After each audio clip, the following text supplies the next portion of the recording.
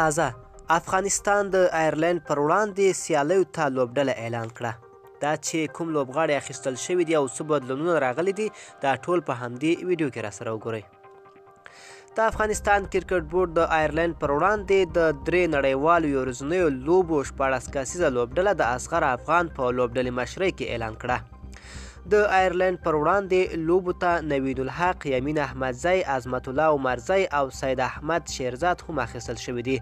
همداراز رحمان الله ګربز د ویکټ ساتونکو په توګه لوبډلې کې شامل دی او محمد شهزاد پکې نه دی اخیستل شوی. راشد خان بیا د مرستیال لوبډلې مشر په توګه ټاکل شوی دی او جاوید احمدي هم په لوبډله کې ځای ورکړل شوی دی. حشمت الله شاهدي هم بیرته ملي لوبډلې ته راستون شوی دی.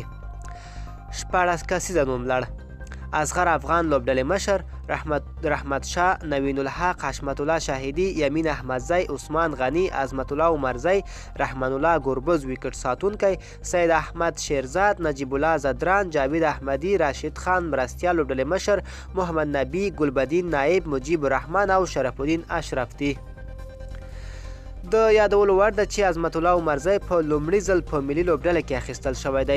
نوموړي تر دې وړاندې د افغانستان لپاره کومه نړیواله لوبه نه ده ترسره کړې او که چیرته د آیرلینډ پر وړاندې په 3 سیالیو کې ورته د لوبېدو چانس ورکړل شي نو دا به یې لومړی نړیواله سیالۍ وي. عظمت الله عمرزی په تیره شپږیزه کرکټ لیګ کې هم ډیر ځلیدلی و.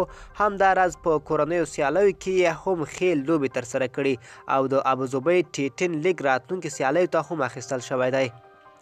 د افغانستان او آیرلینډ ترمنځ د 3 نړیوالو یو ورځنیو لوبو لړۍ د جنوري میاشتې په 18مه نیټه پیلیږي چې دا سیالۍ د آی سی سی د سوپر لیګ برخه دي، یعنې راتلونکي نړیوال جام ته د لارموندنې په موخه ترسره کیږي. ملګرو دا به زمونږ چمتو شوي ویډیو د لا ښکلو ویډیوګانو لپاره زموږ افغان ټي وي چینل در سره سبسکرایب کړئ او تر بلې ویډیو ښه وخت.